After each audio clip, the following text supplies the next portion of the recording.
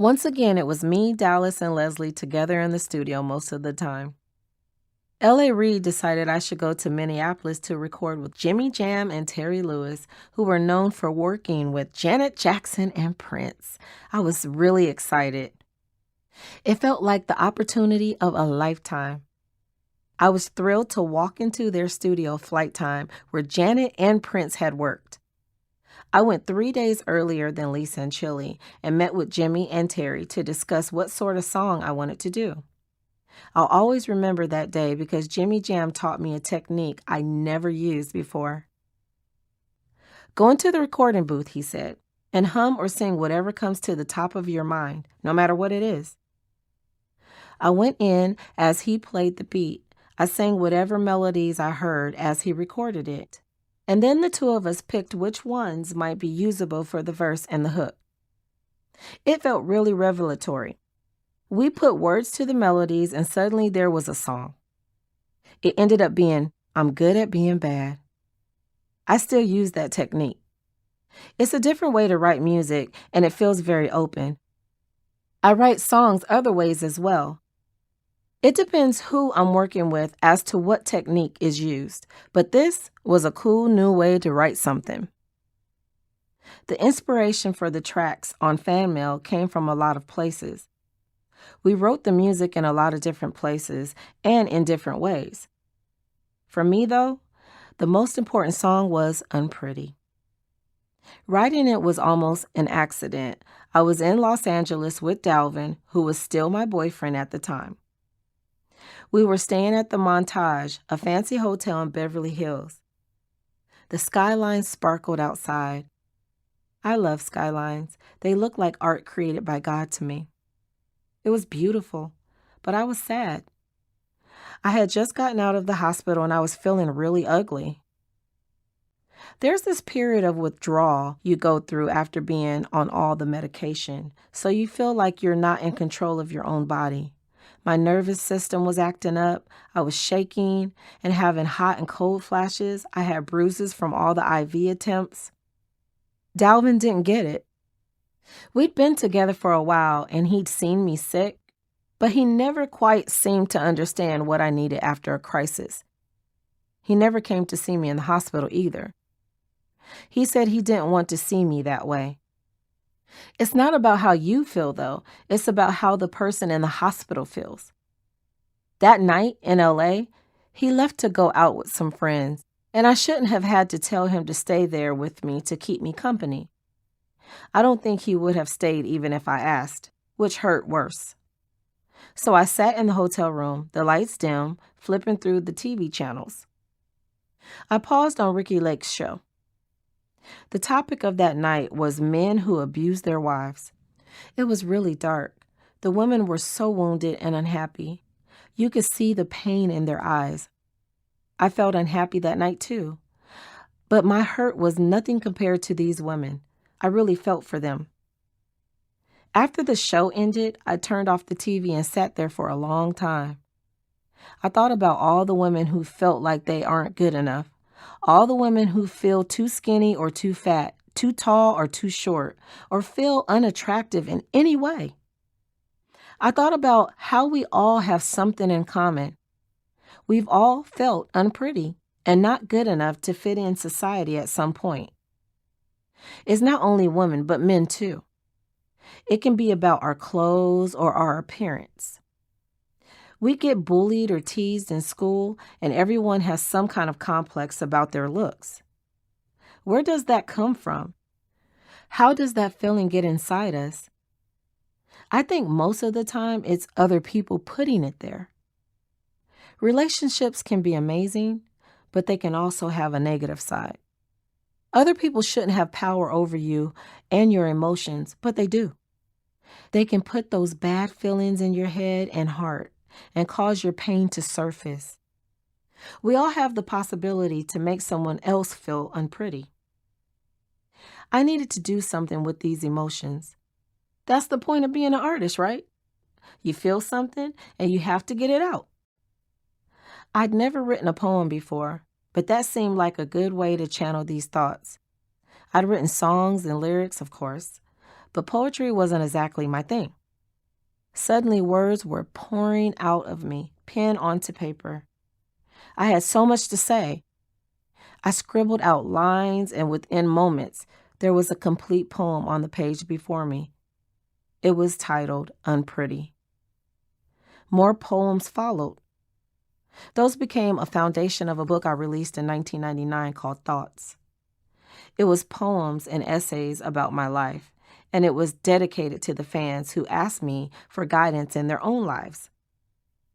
When I showed Dallas my writing, it became clear to us that Unpretty could become something more.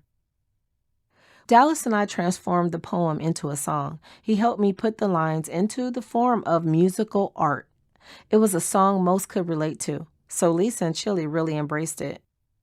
It ended up becoming one of TLC's biggest songs, a track that I hope has helped fans around the world come to terms with who they are and how they look. I've had people stop me on the street to tell me how the song changed their life or how it kept them from committing suicide, which is deep. I aimed to help when I wrote the song, but I never thought it would be that powerful. I've always struggled with my appearance and my weight. I'm like anyone else. I don't wake up feeling perfect every day. And being a celebrity doesn't change that. In fact, being photographed on red carpets and having your every move scrutinized can make it worse. It's not like I go around caring what people think on a daily basis, but during the times when I have a medical issue and trying to heal, it can be really emotionally, physically, and mentally draining, let alone to have a camera in your face. And now with social media, forget it. When I was a teenager, I was super skinny. I didn't have the big old butt you were supposed to have. Sometimes I layered 2 pair of pants on top of each other, trying to fake like I was thicker.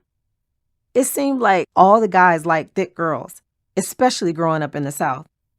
Guys would call my friends fine, but refer to me as cute or pretty. I wanted to be fine too. I obsessed over blemishes, and I felt awkward when I saw photos of myself with dark circles and bags under my eyes. You always see yourself differently than others see you, and despite what you see in the magazines and on album covers, no one really looks that perfect. It takes airbrushing and Photoshop to make women look that slick and smooth, but there's no such thing. We all have a flaw or two. My friends would say, "You have clear skin, no acne, and you don't have to wear makeup, so what are you tripping about?" But to me, my dark circles ruined everything. Later, I found out that it didn't stop me from getting boyfriends, and others didn't see them the way I did. And what is so funny is that when I get a compliment, it's usually about my eyes. So the thing I thought was my worst feature is my best to others. It's easy to look at images of celebrities and feel like you don't measure up. And we all feel like that, even the celebrities. That's what Unpretty is about. It's about all the times you felt lesser than or that someone has made you feel like you're not good enough. It's meant to help those who hear it overcome their own self-doubt and insecurity. It's about finding the beauty within yourself. The video for Unpretty was directed by Paul Hunter over the course of almost a week in Valencia, California. It was a pricey video, $1 million, but it was worth it. We wanted to tell a real story that viewers could relate to. It came out really beautifully. Seeing my original vision for the song come to fruition in a music video was meaningful to me, a dream come true.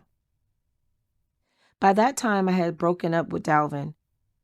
Things had been up and down with us for a few years, and it was finally time to go our separate ways. I remember that day of our breakup because it was the same day the Players Club came out. I went to see it with my really good friends Nicole and Tay in Atlanta. Outside the theater, as we were leaving, I looked at the sky and said, "This looks like tornado weather." "You're watching too many National Geographic shows," Nicole said. "I'm telling you," I said, "this is a tornado sky." After I got home, I realized I was right. Rain was pouring down, the door swung open, and I had to go outside in the rain and pull it back in. The phone went blank and the TV crackled. Suddenly, the rain stopped, the lights went out, and everything went silent. My entire house shook. Lord, I said, please don't let this be a tornado. Lights from the lightning were flashing everywhere in the house. My door flew open again. I ran to my basement in terror. I covered myself in plexiglass. It turned out to be an F5 tornado right there on the corner of my street. It took part of my roof off and knocked my tree down, but it left my house standing, even as it destroyed the entire street behind my property. It was horrible. God spared me. And when I went upstairs, I paused and thought to myself, why am I bothering to be with people I'm unhappy with? This relationship with Dalvin is going nowhere. I need to get rid of people who are bringing me issues. I called Dalvin. This relationship isn't working, I told him. I could have died in this tornado, and I'm not happy with you. That was that. I don't know if he ever really understood why we broke up, but I couldn't be unhappy any longer. Writing Unpretty had helped me see that, but it was a long time coming, and it took an actual tornado to blow him out of my life. During the Unpretty video shoot, I was still single. I'd recently worked with Quincy Jones III, who was the son of Quincy Jones. He came down to the video shoot and brought an artist named Mac 10 with him.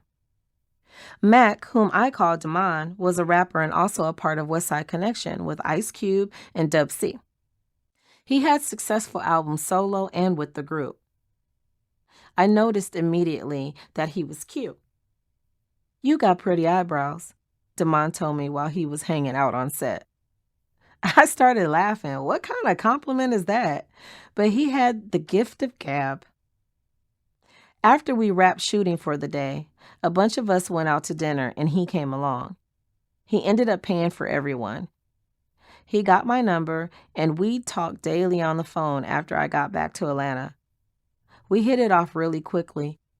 Eventually, he asked me out.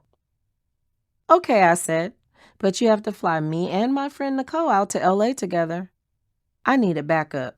I wasn't going cross country to hang out with this guy alone. To this day, I've never been on a date by myself. My rule is that you have to take me and my friends or family out until I see if I like you. As it turned out, I liked Damon. We were together after that, and Mac 10 and T-BOZ became a well-known celebrity couple for a while. He ended up being there for a lot of TLC's drama over the next few years. No Scrubs was the other important song on Fan Mail. It was produced by Kevin Shakespeare Briggs and written by Escape members Candy Burris and Tamika Cottle, and it felt perfect for us. I'm sure you know this, but for those who don't, a scrub is a guy who lives at home and does nothing with his life. He lives off of his mother or his baby mama. He lies about material things. He's the loudest guy yelling out of the car window of the Benz, but it ain't his Benz, and he's in the passenger seat. He's always talking about what he wants, but he's also always sitting on his broke ass. We became famous for that term, and it's still popular. I still get guys coming up to me like, I own this car, I'm no scrub. The video for No Scrubs was directed by Hype Williams and shot in March of 1999. The concept was really futuristic, and the three of us had to climb up a ladder into this rotating metal box they'd built on a soundstage in Los Angeles. It was drilled closed, and it was unique in a weird kind of way. There wasn't enough oxygen, so they had a fan blowing, and we had to take breaks to catch our breath. We'd bang on the floor to get them to stop filming, and they'd unscrew the floor so we can stick our faces out to breathe. We danced while the box spun around, which looks a lot easier than it was. Videos are usually only fun after they're done being shot. They look great, but they're always a trial to do. It was worth it though.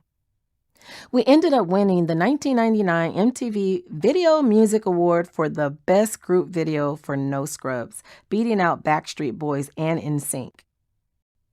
When I look back now, it's a miracle these videos even happened. The drama within the band had amped up so much that the press started speculating whether we were going to break up before the album even dropped.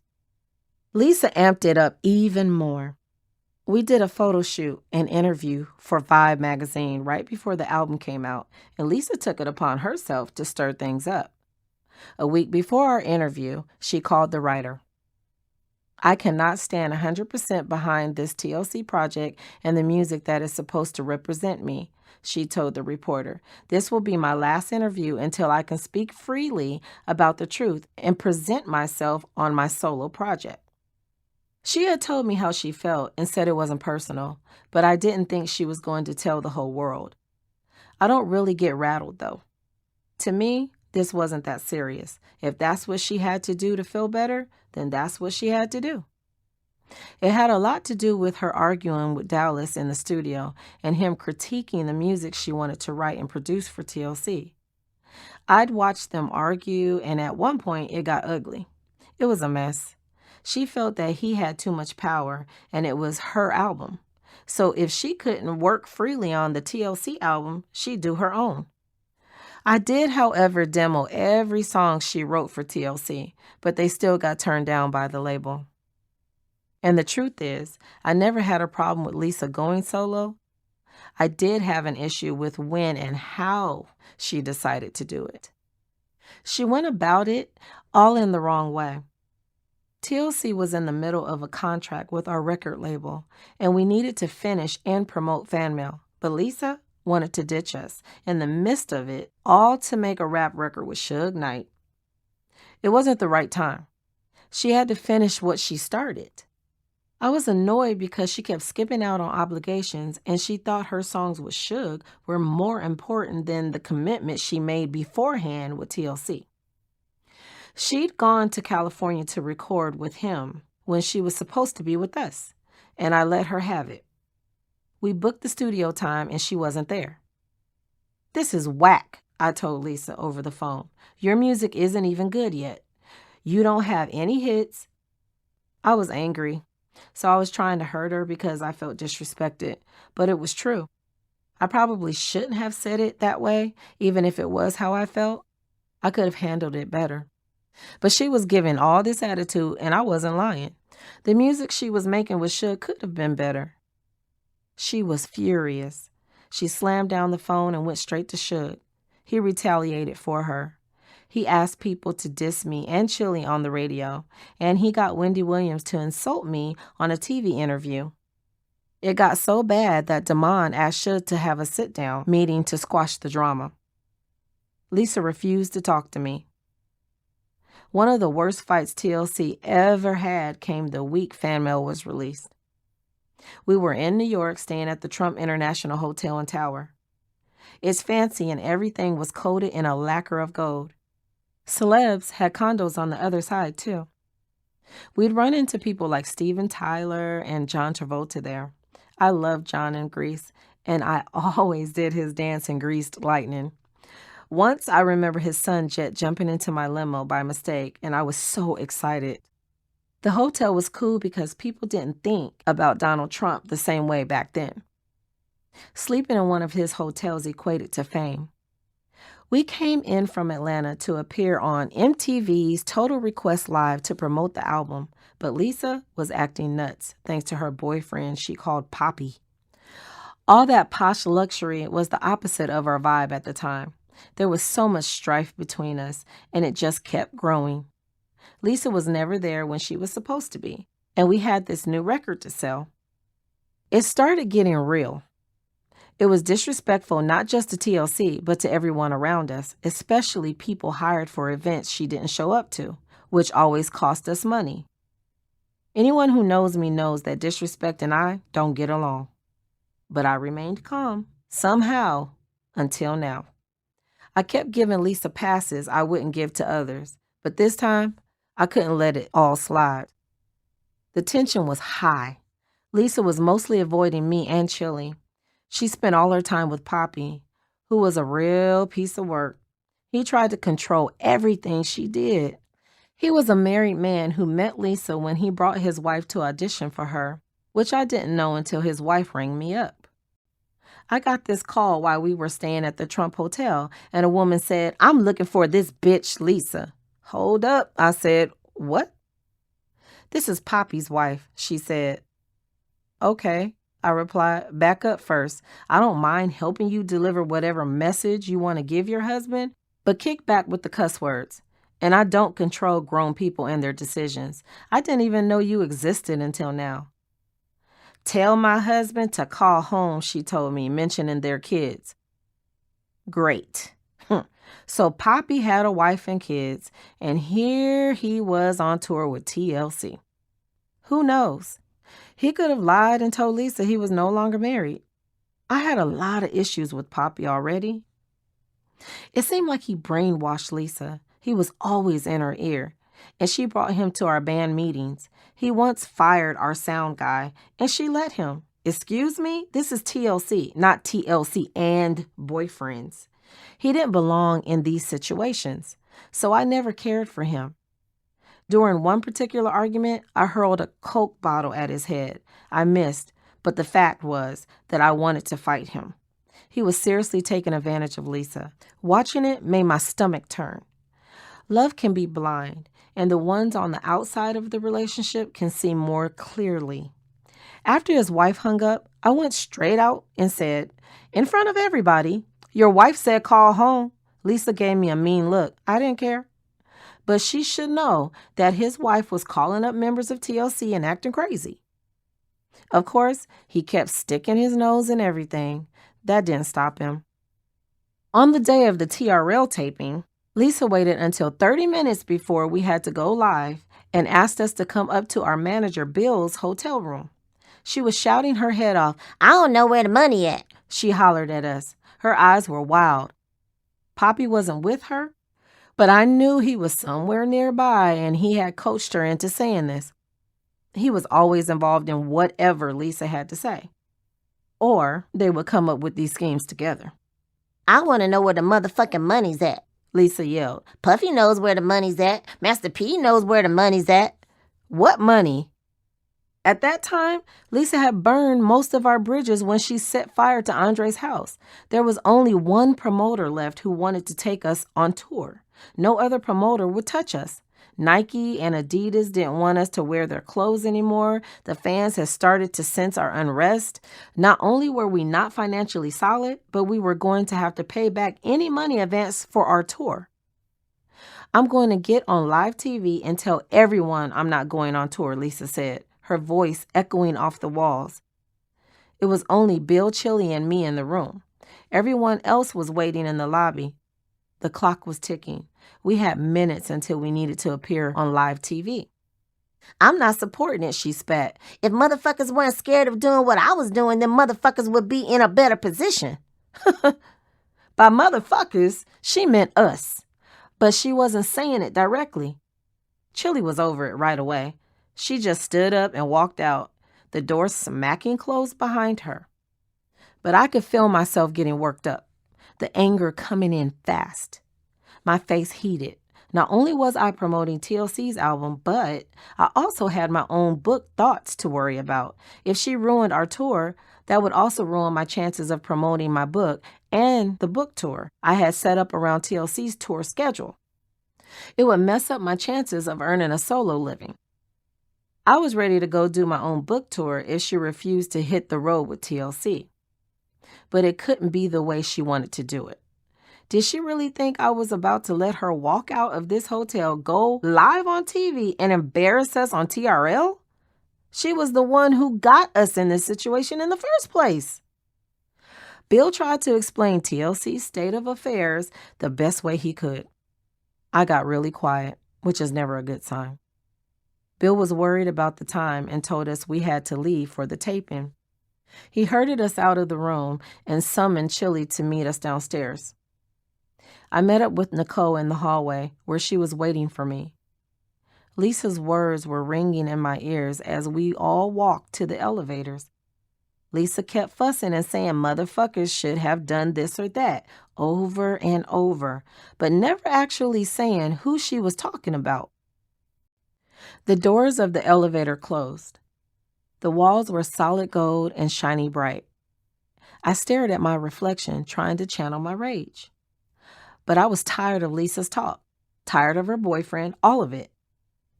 As the elevator began to descend, I detonated. "Say who the motherfucker is," I told Lisa, my finger extending towards her. I tapped her forehead. She didn't flinch. "Who you calling a motherfucker? Call me a motherfucker, and I'ma fuck you up." We spilled out of the elevator into the hotel lobby, and I continued to shout, "Call me a motherfucker. I dare you. I'm gonna beat your ass." I knew I couldn't actually beat her up, since that wouldn't change things, but I wanted to. She yelled back at me, still trying to argue her point about the money.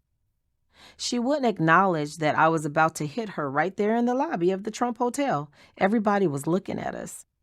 I followed right behind her, yelling, "Say who? Say it." Nicole tried to grab my finger and I yelled, "Don't touch me." Lisa ran down the front steps and found Poppy, who was waiting for her. She stood beside him and gave me a look. "Now," she said, like that was going to stop anything. He didn't know that both me and Nicole were prepared to fight him too. "What's wrong?" Poppy said. "What happened?" "You know what happened," I retorted. "You sent this bitch to come tell me this bullshit. I'll tell you this, neither one of you is coming to TRL. Come down there and it will be the best show they ever had because I'm going to whip your ass on live TV." I leaned back to Lisa. "If you're going to say something on live TV, then I'm going to make it a great show," I added. Lisa walked toward the limo, yelling back, "If you get in that car, on my life I'll whip your ass," I promised her. The street was crowded with people and cars. She got in the car waiting to take us to the MTV studio. I banged on the window. My fist left a print on the glass. "Don't come down there," I said again.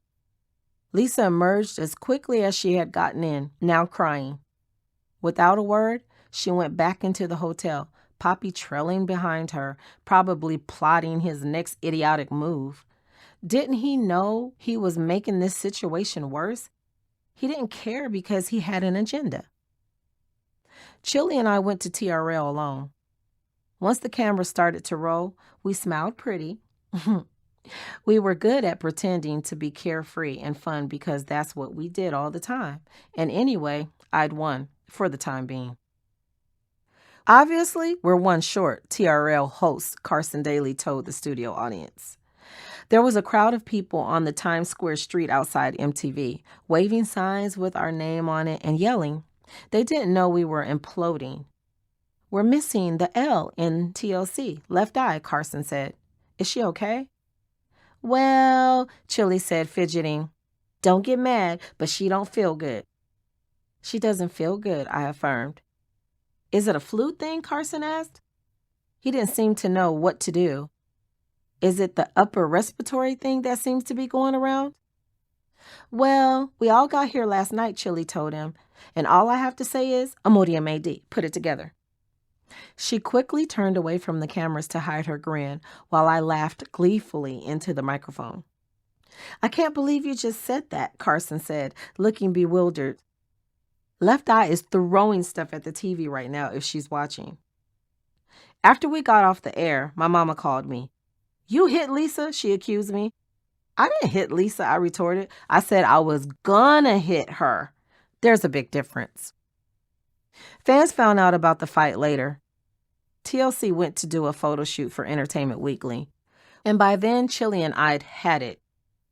Lisa left early to have a meeting with Puffy. She just left midway through. No concern for the photographer, the reporter, the makeup artist, the stylist, or us. We'd booked and paid for an entire crew of people and rented the studio where the shoot was taking place. After she disappeared, we let loose, even though the public had already noticed what was going on. We admitted that Lisa was undermining the promotion of our album and she'd been ditching rehearsals and that she constantly threatened to quit, which had caused some problems with LaFace. We were so tired of it, but we also couldn't hide it because she left in front of the reporter. The reporter asked and we told the truth. We revealed that Lisa hadn't been sick during TRL. After the interview, Entertainment Weekly ran a story in October of 1999, months after the album had dropped, called "Are TLC About to Sing the Breakup Blues?" Our talking only seemed to make Lisa act worse. She tried to cover up her behavior when they called her for a comment after our interview, but a few weeks later, the magazine ran a follow-up article. I challenged Tionne Player Watkins and Razonda Hayter Thomas to an album entitled The Challenge, Lisa wrote in a statement she sent in. A 3-CD set that contains 3 solo albums. I also challenged Dallas the Manipulator Austin to produce all of the material and to do it at a fraction of his normal rate. As I think about it, I'm sure LaFace would not mind throwing in a $1.5 million prize for the winner. Billboard will determine the winner. I just want to present the challenge. They don't have to take it, Lisa explained to the magazine. I just want credit for my ideas because I am the creative force behind TLC. No. Maybe one of the creative forces, but not the only. Do you know how many things I've done in TLC that I didn't take credit for? I was raised not to brag or play the me game. If I did something, it would come to light when needed, and people would figure out by word of mouth. I was thinking, did she forget all the things that we did together? Just her and me? For example, how she came up with the album title and I had come up with the album cover and what we were wearing. Afterward, she told me it wasn't me she was mad at or gunning for. It was others around us, such as certain producers or label heads who didn't give her credit. Later, I found that to be true on many occasions when it started to happen to me. This statement wasn't what TLC was about anyway. I wasn't down. We were a group, and everything we made had been done together. Unity was needed, not division. It stung.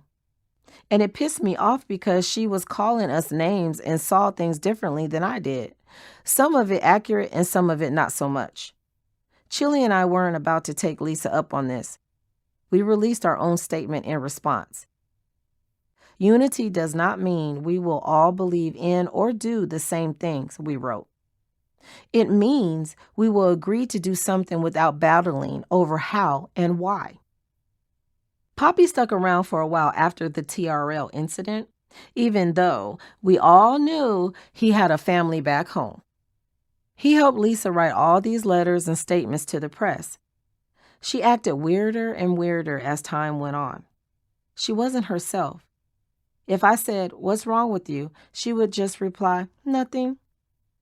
At one interview, I said hi, and she greeted me like a stranger. I couldn't imagine what Poppy was saying to her behind closed doors. I knew she was upset with me because I didn't agree with her.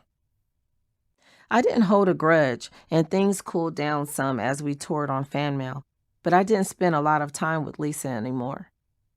At one point, she and I were inseparable. It wasn't like our early tours.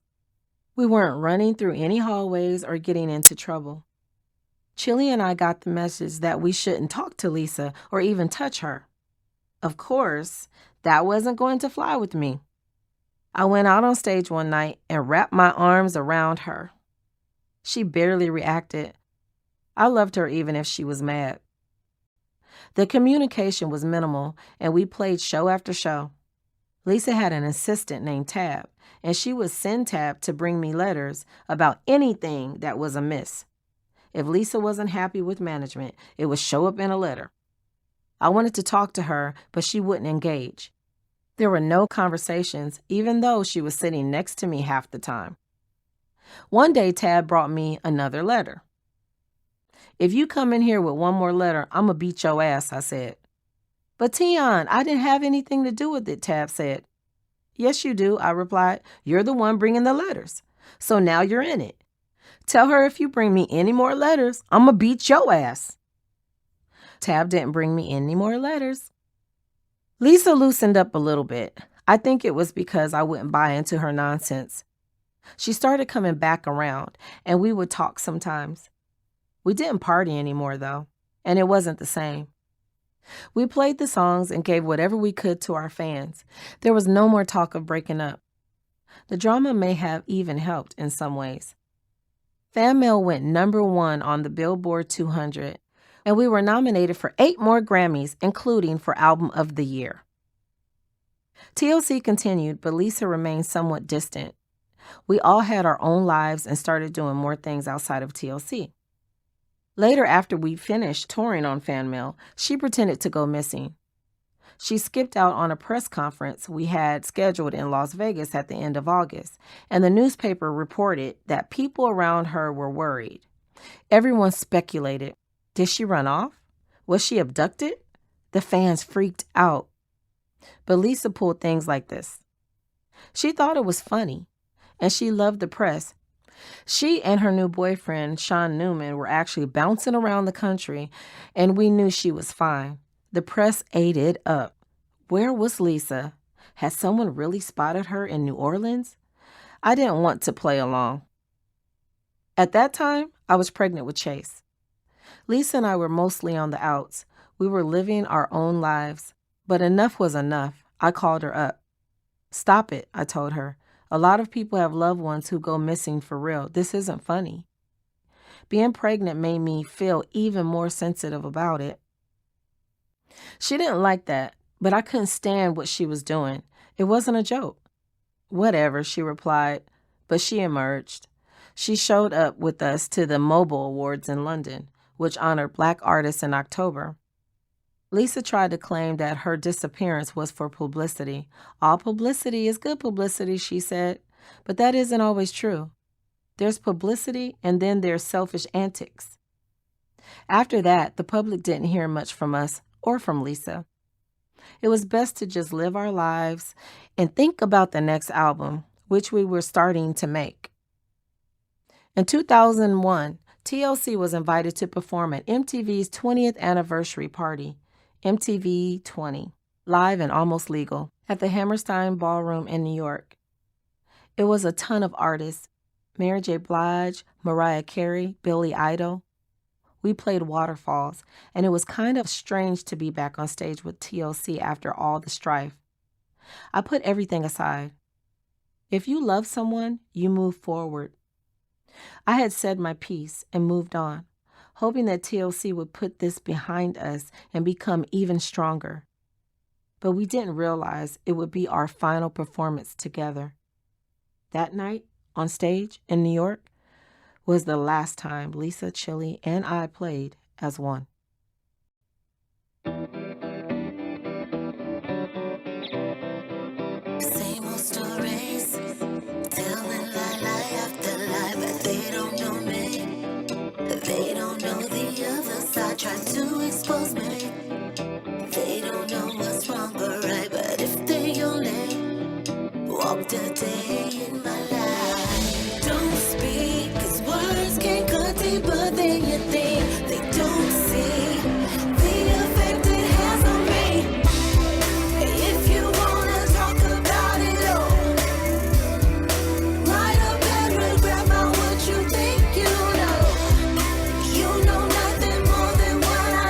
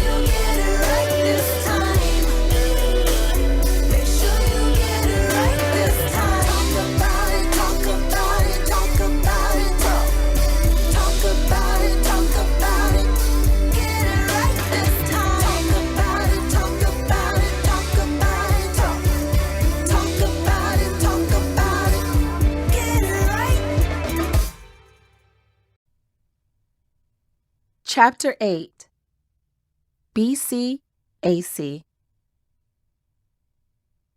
My life has two eras, BC and AC. They are divided by the birth of my daughter, Chase, who changed everything for me. Before she arrived, I was a very different sort of person. I've always had a quick temper. If someone comes at me, it won't turn out well. Same thing with the 6-foot man. I should run or be afraid, but I'm not. And that's the problem. I've come home with black eyes or with blood dripping down my head. I've had to say, wash this out. It ain't my blood. I fought in the street. When things weren't working exactly like I wanted them to, I got pissed. I was a time bomb, constantly ticking. My mama always said, Tionne, your temper's so bad, you can die like that. There are a few infamous stories about my temper, all incidents that happened during the BC era. In recent years, I've heard people use the phrase, don't make me T-BOZ you, which is apparently now slang for a physical threat. But it's true, I've got myself into some situations. My worst moment of rage came in 1996 at the height of TLC's early fame. To this day, my mama believes that I broke my hand because it was slammed in a car door, but that's not the real truth. Dalvin, who was my boyfriend at the time, was visiting Charlotte, North Carolina, where he was from. He was staying in a hotel and had an adjoining room with this girl, Kim, whom he called his cousin. She wasn't actually his cousin. She was a recording artist he'd known for a long time and he'd worked with. That night, way past midnight, he got drunk and fell asleep while we were on the phone. I was trying to get him to wake up and go take a shower. Evidently, he had way too much to drink, and I didn't know what that was like since I don't drink. Dalvin, I said firmly, get up. Nothing. I tried this for almost 15 minutes, but he wouldn't wake up. He just kept sleeping with the phone apparently still in his hand.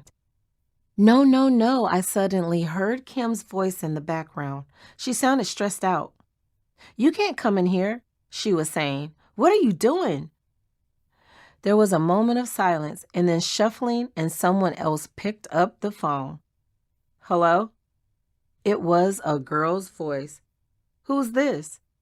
Angel, I lied. Who's this? Mimi, she said.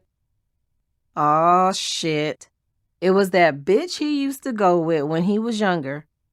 For the record, Mimi is not her real name, but let's call her that for the sake of the story. She was always trying to get back with him and always talking crap about me.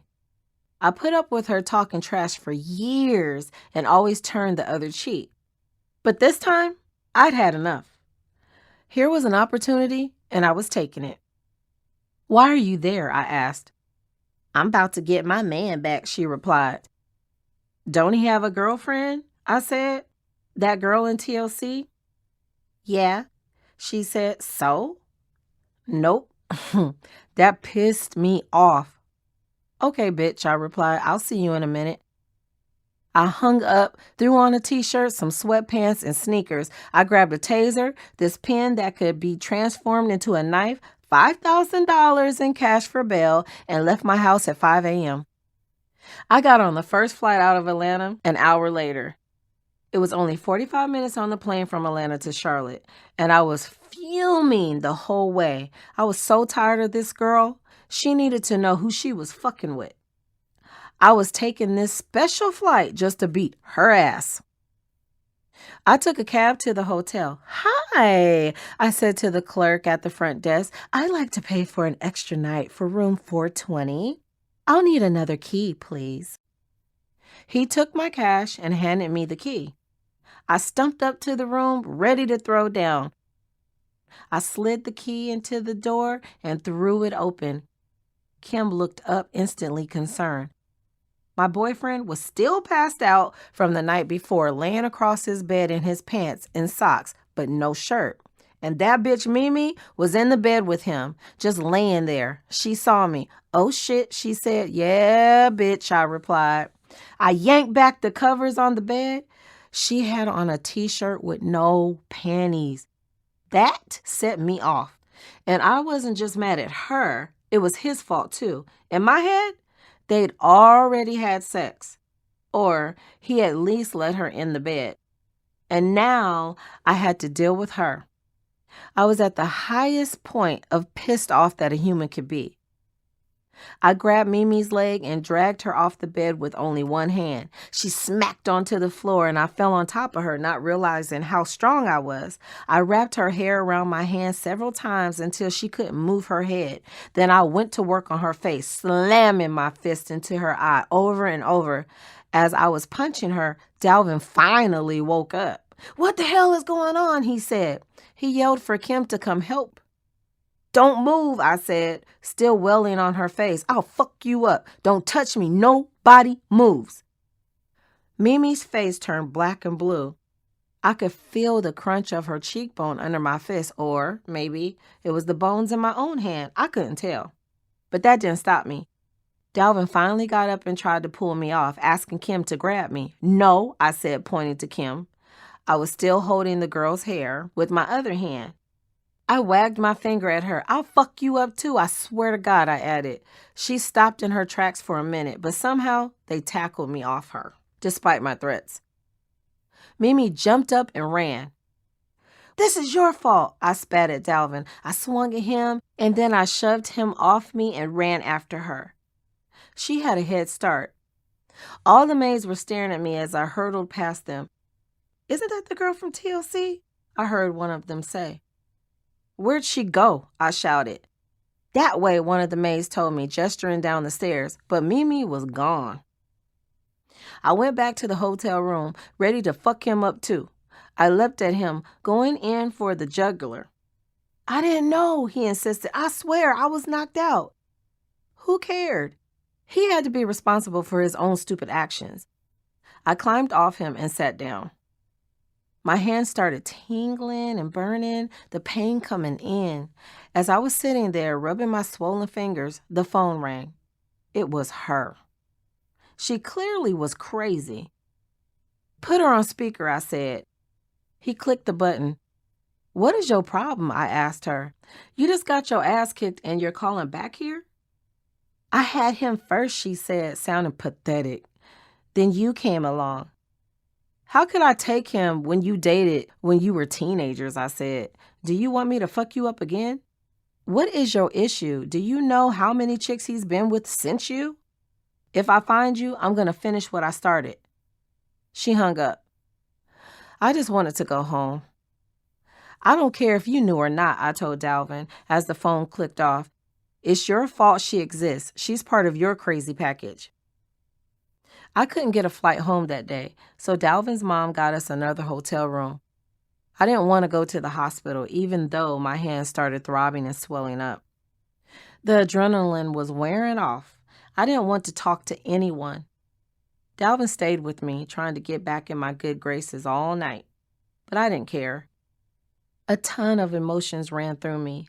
I was mad, hurt, disgusted, and just plain sad. I got on a flight first thing the next day and went straight from the airport to the emergency room. My hand was broken. Later that day, my hand in a cast. My phone rang. It was my lawyer. "I got the funniest call," he said. "I think someone mixed up the band members. This has to be Left Eye that they're talking about. There's this girl who is so fucked up. Her eye socket is broken, her jaw is cracked, and her whole left side of her face is bruised. They said you came in her room and beat her up." I got really quiet, then explained. "Well, technically, I paid to get into that room," I said. And it wasn't her room. I went into my boyfriend's room with a key I paid for. Obviously, the hotel wasn't supposed to do that. And it was me, I confirmed, not Lisa. He literally dropped the phone in disbelief. I could hear him scrambling to pick it back up. "I can't believe you did this," he said when he'd recovered. "Well, I did," I replied, "and my mom doesn't know, so we're going to keep this between us. She thinks I spent the night at a friend's and I broke my hand slamming it into a car door, so let's figure this out." We got Mimi to drop the lawsuit. I called her not knowing she was still in the hospital. Years later, I found out that she had to stay there for 2 months to let her face heal. It would be in your best interest to drop this, I said. If you don't, I'm going to pick your face up where I left off. And so it went away. I never felt bad about beating her up, but it did make me reconsider my temper. I knew my rage was something I needed to fix. I never planned to hurt her so badly, but it happened. I got in so many fights back then, although none quite as bad as that one. And from my perspective, I never started them. I was just reacting to anybody who messed with me. Another infamous story took place shortly before Chase was born, when I had gotten out of the hospital from a sickle cell crisis. I stopped by my favorite restaurant on the way home. As I was sitting at the counter with my security guard Dave and my cousin Marty, I noticed two elderly black women standing at the register for a while waiting to pay. The waitress was ignoring them. She was wasting time, not doing her job at all, and it bothered me. "Excuse me," I said loudly. "They need help." I gestured toward the two women. The waitress looked at me and walked over to cash them out. Then she came over to my seat. "Can I take your order?" She said it with such an attitude. I wanted to let it go and turn the other cheek. Okay, I thought to myself, you're just cranky because you're coming off your hospital meds. I took a deep breath. "The Southwestern pasta with extra blackened shrimp," I said, as politely as I could manage. It was the same order I got there 2 or 3 times a week. It was supposed to come with 6 shrimp, but I always ordered extra, and I always asked for extra sauce. When we came in, they called us the extra family because everything we ordered involved something additional. When the waitress came back with my food, there were only 3 shrimp on the plate. So not only did she ignore the fact that I asked for extra, she brought me less than it was supposed to come with. "Excuse me," I said, calling her over. She took her sweet time coming. "This is supposed to have 6 shrimp," I said, "and I paid for extra, and I asked for extra sauce." She glared at me and walked away.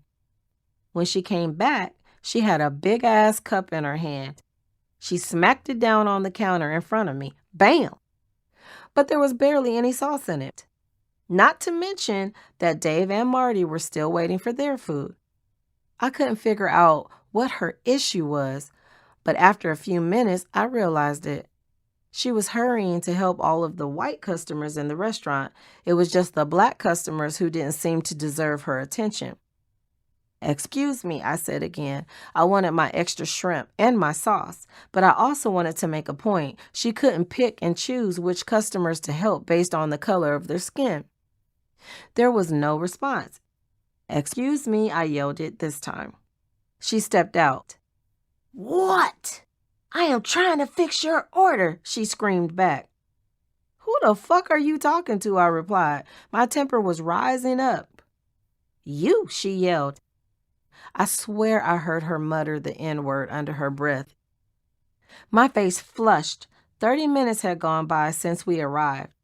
I was just trying to get some pasta on my way out of a painful hospital visit, and I hit my boiling point. I took the cup of sauce she slammed down on the counter and hurled it at her. It spread across the counter, onto her, and across Dave's bald head and neck. I didn't notice right away that it had burned him. He was fine, no scarring, and laughed it off, but I still felt bad. The waitress was shocked and ready to come at me, but I was way ahead of her. I stood up on my chair and tried to jump over the bar. My cousin grabbed me.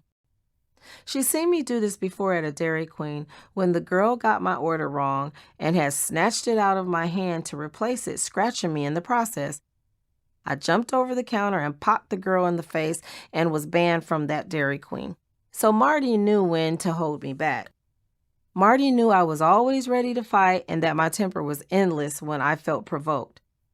"Time to go," my cousin said, pulling me away. We left before the cops could show, and I threw the shrimp pasta in the trash on my way out. There was no telling what she did to it. But that felt normal to me, fighting and yelling and standing up for myself when I was wronged. My temper had been like that for as long as I could remember. Things were like that before Chase was born. I didn't care who I hurt or threatened or what it cost me. I never started fights, in my opinion, but I always joined them. And since I had no one to worry about but myself, I didn't ever think anything was wrong with this. But in 2000, everything changed.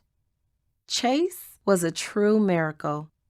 The doctors had said I could never get pregnant because of my sickle cell, and I'd also had a fibroid cyst removed from my uterus. Chase made me into a new person. It all began at the 42nd Annual Grammys, although I didn't realize it at the time. I've never liked going to award shows unless I'm performing, working, or winning. Most are boring as all get out. I sit in that crowd for hours and just want to choke myself unless good artists were playing. The best ones were when Prince or Michael Jackson played, but neither of them were on deck for the Grammys that year. It was February of 2000, right after we'd headlined the fan mail tour with Destiny Child and Christina Aguilera opening for us. We were nominated for 8 awards, all for fan mail, and that was the only reason I wanted to go. Plus, if the Grammys ask you to perform, you do it if you're smart.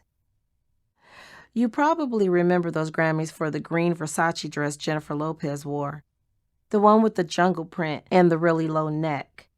It had a slit from her throat all the way down to her coochie. I'll never forget how much attention she got when she walked the red carpet, all the photographers screaming for a good shot. I remember thinking, that's a badass dress. I remember seeing it on the runway.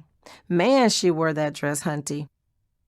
TLC usually got best dressed after award shows, even when we had to compete with J-Lo and all her good stuff. But this year, I was pissed because I had a wardrobe malfunction. You can't see it in the photos, but I almost had a booby slip while we performed. I wore a black jacket and black thigh-high stockings that looked like pants, which was a quick fix from the original ensemble. The main issue was that my boobs were perking right out of it, changing the look of the outfit. I'd always been a member of the Itty Bitty Titty Committee, but for some reason, they'd popped up in the last month and they were sore. It was something I noticed but didn't really think much about. I figured maybe boobs just start to grow at some point. J-Lo, her dress, and David Duchovny announced our win for Best R&B Album, which set the evening off right. Over the course of the night, which was so long, we took home 3 of the 8 awards we'd been up for. It was exciting. Even if awards bore me sometimes, I love to win, and I appreciate the fans for making it all possible, although I'm always nervous to give our acceptance speeches.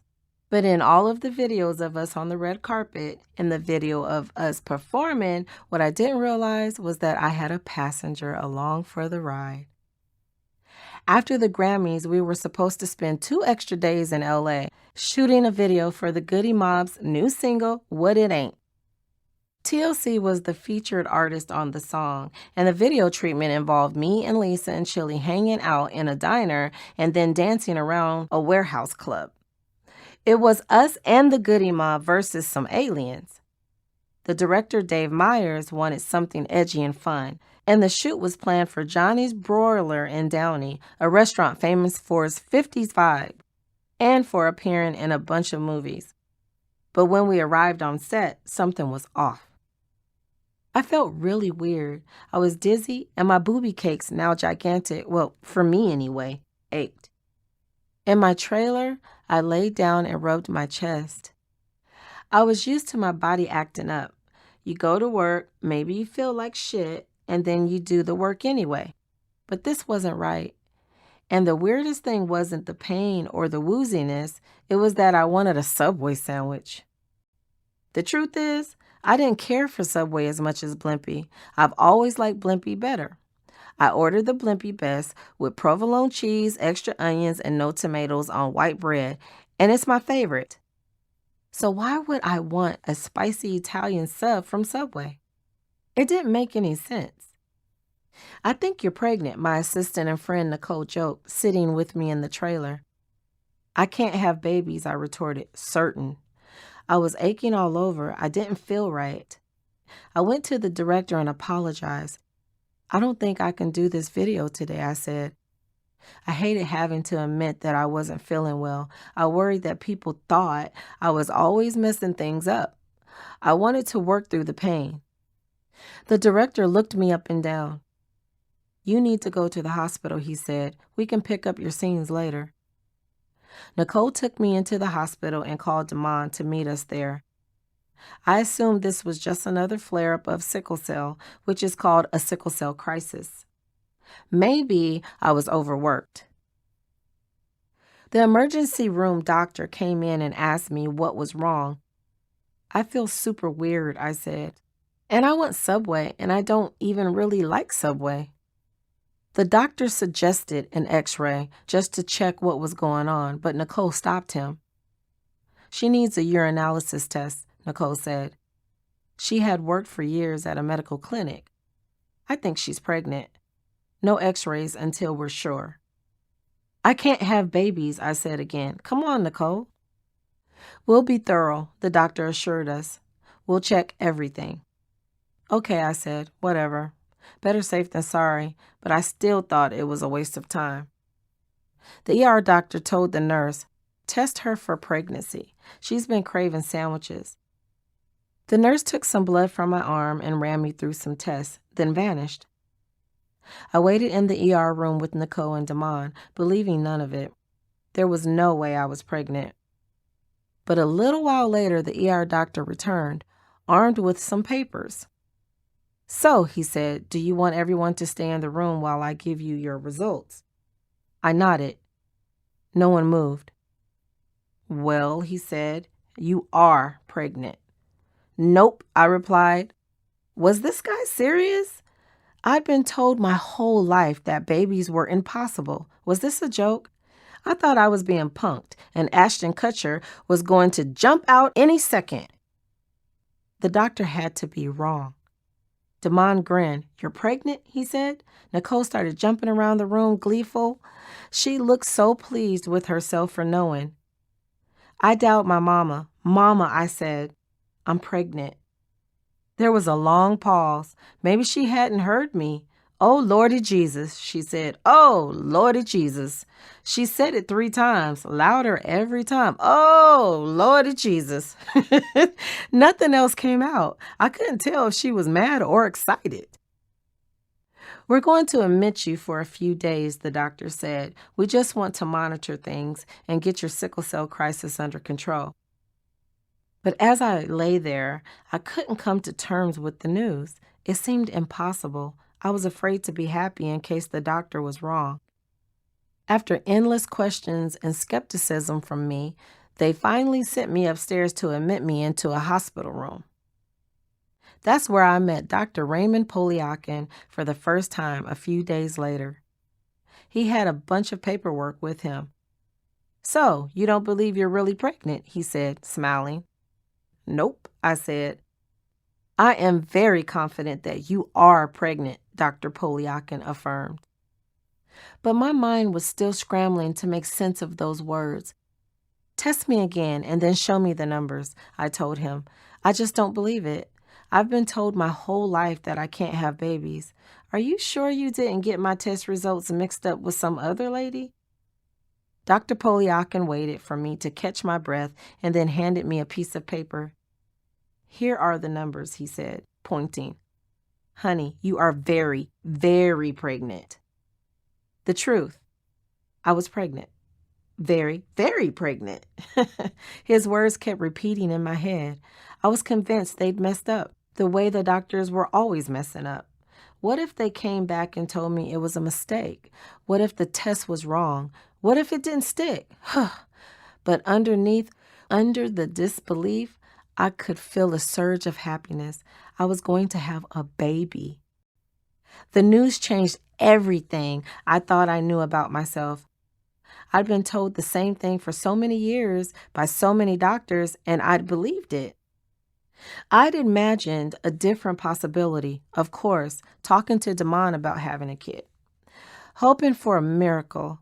But if you're told something over and over, you eventually start to believe it's real. Sometimes, in the back of your mind, your brain won't stop questioning it. But when everyone keeps saying things, it starts to mess with your mind. No babies for me, I kept thinking. Is this really happening? But it was. So now, I had to reassess what was true.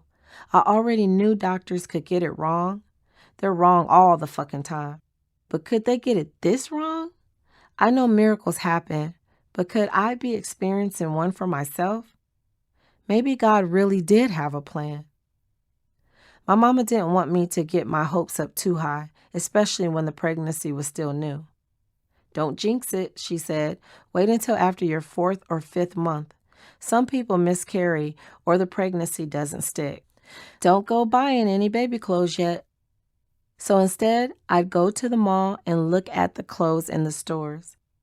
We didn't know if it was a boy or a girl, but I'd run my fingers over the tiny little shoes and miniature dresses, imagining which ones I get. 4 months passed, and the chances of miscarriage decreased almost to 0. The baby was holding on tight. I started to buy baby clothes, stockpiling them for later. People sent me gifts, and those piled up too. When we found out I was pregnant, Damon was living in a mansion in Calabasas, and I had a house in Atlanta. We used to fly back and forth because I didn't believe in shacking up before marriage. But once we knew this baby was coming, we bought a townhouse in Westlake Village. Before that, we had been living in the Beverly Hills Hotel for some months, paying cash for the room. Pregnancy was hard. I felt so tired as the baby settled inside me, and my disease flared up every once in a while. While we were looking for houses, Damon and our realtor would often find me lying down in one of the rooms, exhausted.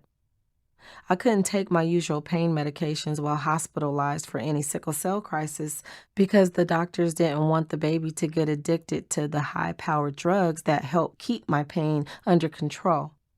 So I had to suffer through. Whatever they gave me didn't work or wasn't strong enough. It really hurt sometimes. Some days my joints ached and there was nothing I could do about it. It's strange being inside a body that feels like it stops being entirely your own. My boobs continued to blow up, going from a 34B to a 36 triple D. I gained only 18 pounds overall, but it was all BBB, baby booty boobies and belly. Everything, by all accounts I heard, was normal, but I was nervous. I couldn't stop worrying that something would go wrong. I went to the doctor twice a week, sometimes 3 times.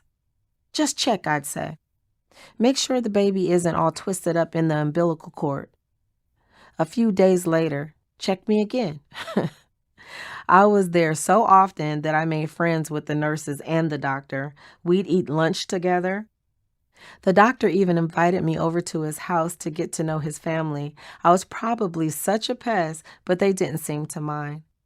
Every time I showed up at the office, one of the nurses would say, "It's okay, honey," and show me straight back. I kept working throughout the pregnancy, and it wasn't a secret from my fans that I was prego. I made 2 music videos with Damon, one for our single Typed to Death. At the beginning of the video, which is a modern-day Bonnie and Clyde story, you can see him rubbing my growing belly as I'm standing next to a car in a tight black dress. Later, I made a video for my getaway, the title track for the animated film Rugrats in Paris. Somehow, you can't even tell I'm pregnant in that video. Although, now, when I look back, I can tell in my face that something was different. Midway through the pregnancy, on August 19th, Damon and I got married by the ocean at the Trump National Golf Club in Palos Verdes.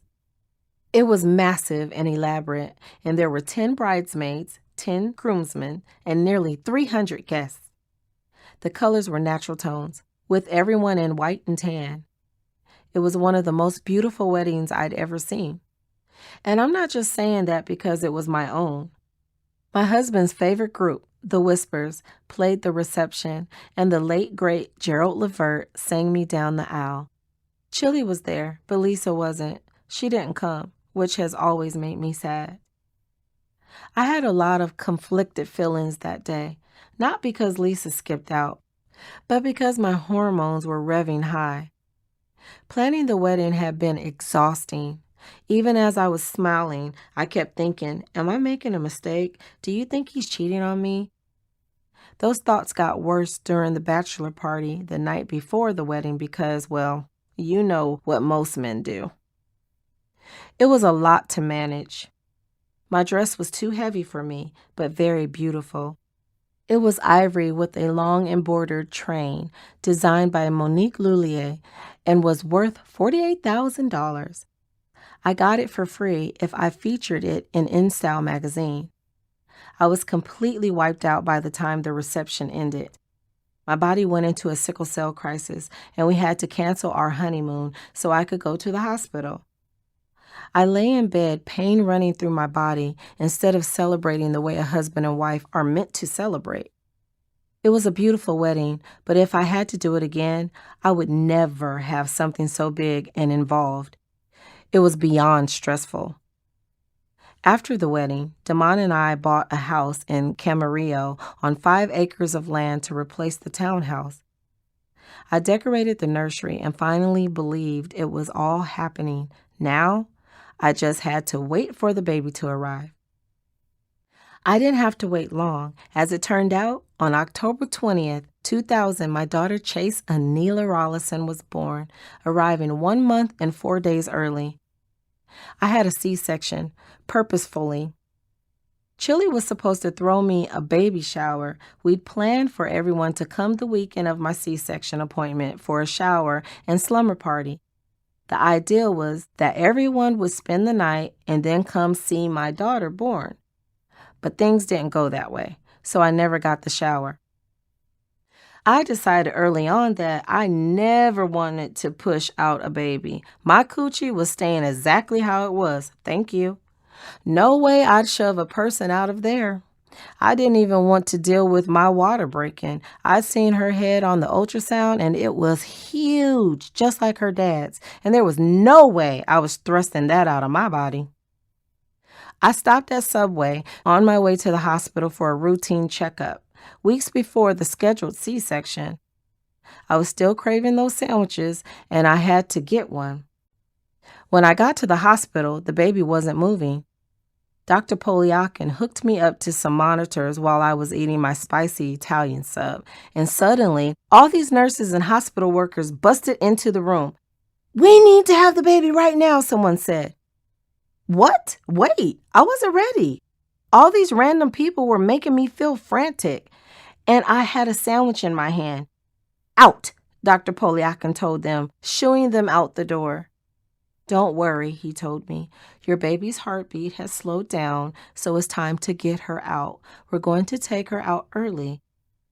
I didn't know they only had 20 minutes to deliver Chase, or she might not have survived. I remember moments of the C-section, but not everything. It's blurry in places. I remember laying on the table with this blue sheet blocking the view of my lower half and a light above glaring in my face. My arms had to stay flat across these boards, which was really uncomfortable. "Are you sure I'm numb?" I asked more than once. "Can you feel this?" Dr. P replied. "Nothing." "We're poking your toe with a very sharp object," he said. Still nothing. I didn't feel it when he cut into my belly. But there was a complication. Chase was stuck under my rib cage because my torso was so short. She was all the way up at the top of my abs, above where the doctor was about to numb me. "Okay," he told me in a calm voice. "We're going to push her down." He placed his hands under my ribs. Take a deep breath. I inhaled and felt an insane pressure coming down on my chest. It hurt a lot. And then suddenly, Chase was there. He lifted her over the blue sheet, and I thought, she's so pretty. She looks like my mom. As I thought of my own mother, who had just left town thinking I wouldn't give birth yet, tears began to stream down my face. I was sorry for everything I had ever put her through, sorry for all the worry I'd caused. I felt instantly guilty for everything bad I'd ever done. I remembered all my fights, all the irrational moments of anger. I hope my daughter doesn't do that to me, I thought. I hope she's better than I was. The first time I sat alone with Chase after the doctor had stitched me up and the nurses had settled me into a hospital room, I was flooded with feelings.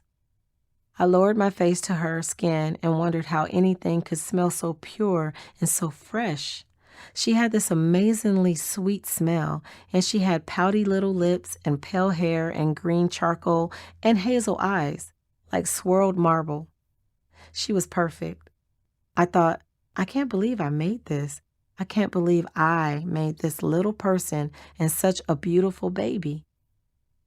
It's a very surreal experience to sit alone with a human being you created. It's weird when your own child, so small and new, stares into your eyes. It was like she knew me. She had my mama's eyes, and I felt like I was looking at my mom through her. She was what I'd been told I could never have, and now I had her. Ever since, whenever I've been asked, I've always said Chase is my greatest accomplishment. I've been holding on to the name Chase for a while. Damon and I had talked about several names, including Chance, but Chase is the one that stuck. All these ideals for names came from liking my godsister's son's name. I'd even been calling myself Chase Rollison as an alias while out on the road with TLC. I told Damon, I'm going to call myself Chase until we have a baby, even before we knew it was possible we could have one. Her middle name, Anila, means angel in Hawaiian.